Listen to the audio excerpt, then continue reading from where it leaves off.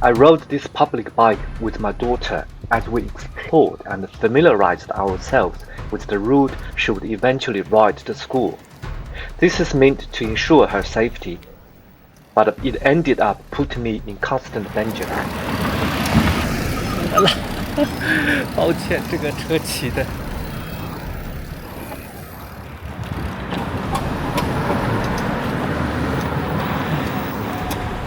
This also illustrates the complexity of Beijing's traffic. For a 12-year-old youngster wants to cycle to and from school every day in the coming next school term, parents' concerns were understandable. What dangers could a teenager encounter on the road? Let's take a look at our journey. Like the situation I encountered right after we set out, some seconds of hesitation, then I put myself in danger. Okay, now that we have gotten past this, let's look ahead. The numerous small cars and motorcycles along the roadside are all used for delivery and courier services. For these drivers, once they join a delivery company, they immediately develop occupational disease, that is, color blindness. Simply put, color blindness means they could not tell the color of a traffic light, and as soon as the space gets through, they are on it.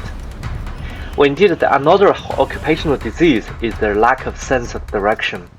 To reach their destination quickly, they don't care whether they are going the same way or against the flow, even rushing on sidewalks.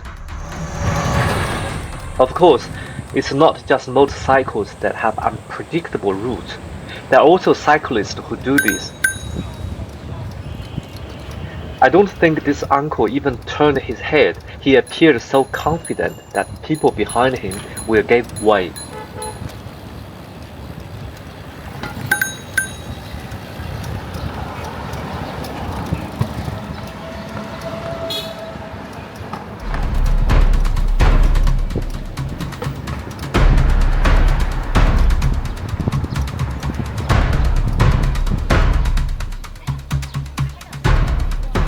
Looking at this intersection, many roads in Beijing are too wide.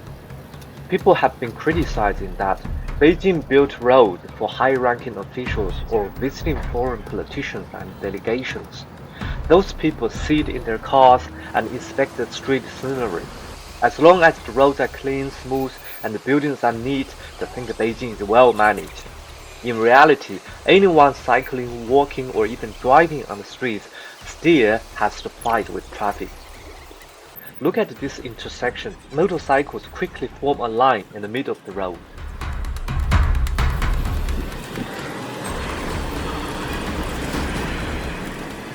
Because crossing time are so long, some people can't wait for all lights to turn green, so they automatically run red lights.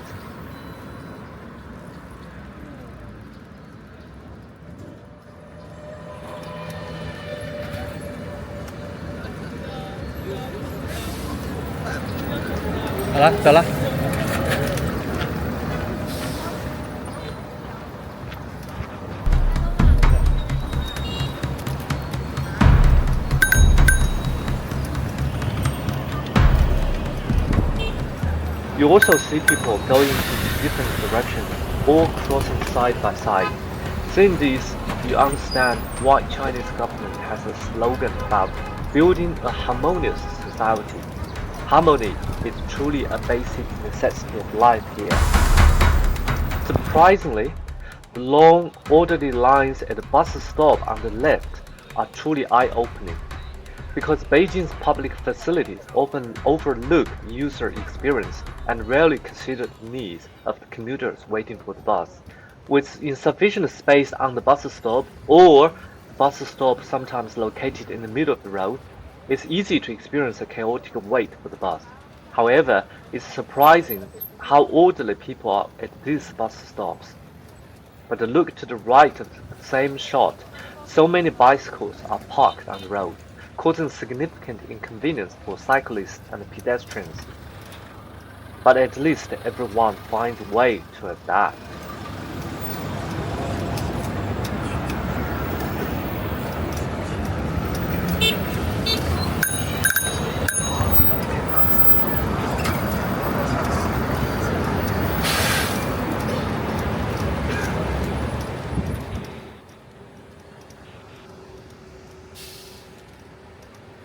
The most challenging situation is like this. Watch for a motorcycle soon to rush out. This rider looked neither left nor right and drive right in front of my bike.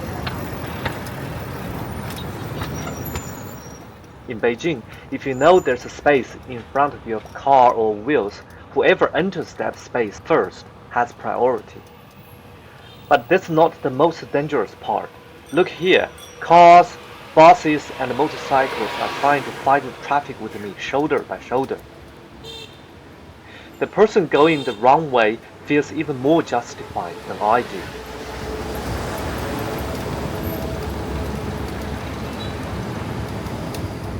At an intersection like this, if you actually slow down and stop, wait for everyone to cross before you, you won't be able to keep traffic flowing. So the secret is to just keep going forward if you think you can still make it.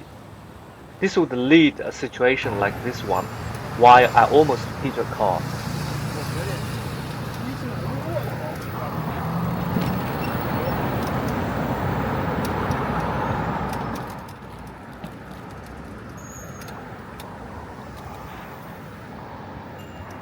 Also, you will see that in Beijing, cyclists don't have to wear helmets, but motorcycle helmets are mandatory, yet many people don't. People often criticize China for its lack of freedom and suggest that such people come to Beijing and ride bicycles. You'll see that at least drivers and pedestrians enjoy tremendous freedom on the streets. But even with such freedom, crossing the streets can be challenging for minors, like turning left at this intersection ahead. Even with the side crosswalk, it took quite a bit of effort, and my daughter fell behind me.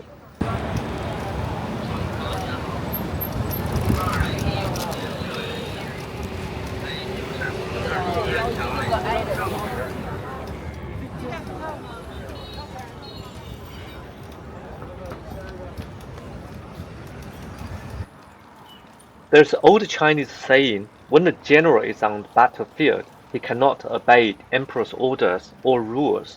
The same is true in Beijing's traffic. You have to rely on your own judgment and agility to navigate the traffic to your destination.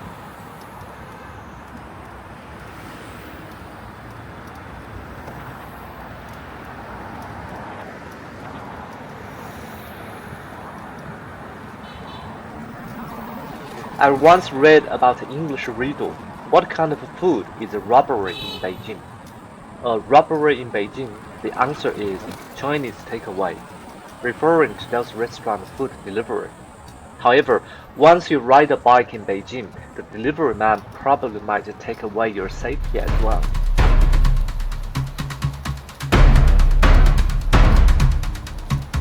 In the same time, you can't miss an intersection in Beijing. Here my daughter took a wrong turn, so I had to turn around and follow her.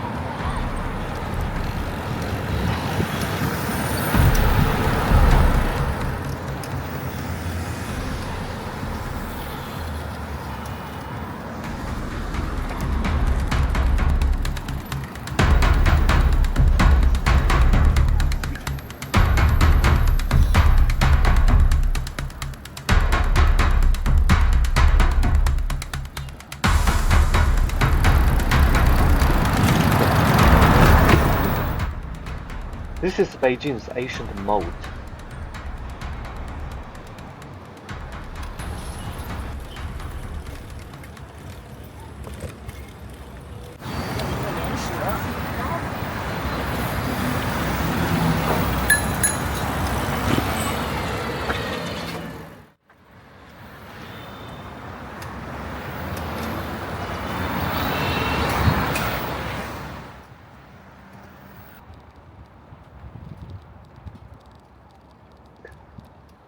Look, this car wouldn't let me pass, even though it clearly saw me, and I almost hit it. I should emphasize, however, that when I filmed this video, I used a zoomed-in lens while the camera was mounted on my bike. The actual situation was slightly better than this, and the speed was slow, so it wasn't that dangerous. Beijing's roads are actually quite unpredictable, which is another danger for cycling. For example, these people are literally walking their dogs or moving things, while this old man, who seems to be a janitor, casually sat on the side of the road, as if playing a game of chess with the cars passing in front of him.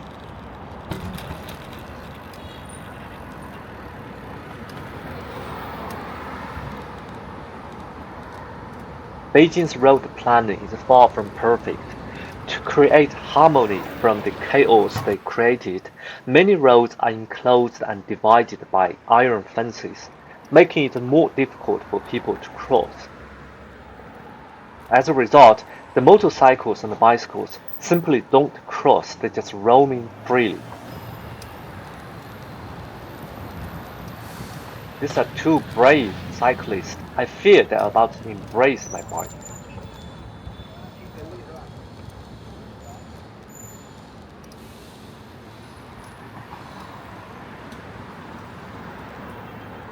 But in the end, we arrived safely at my daughter's school.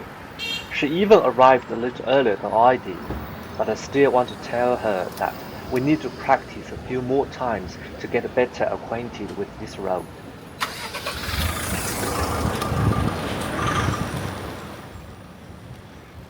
Indeed, I know in my heart that it is I that actually need to practice riding bicycle more on the road of Beijing, so that I can eventually enjoy my greatest freedom here.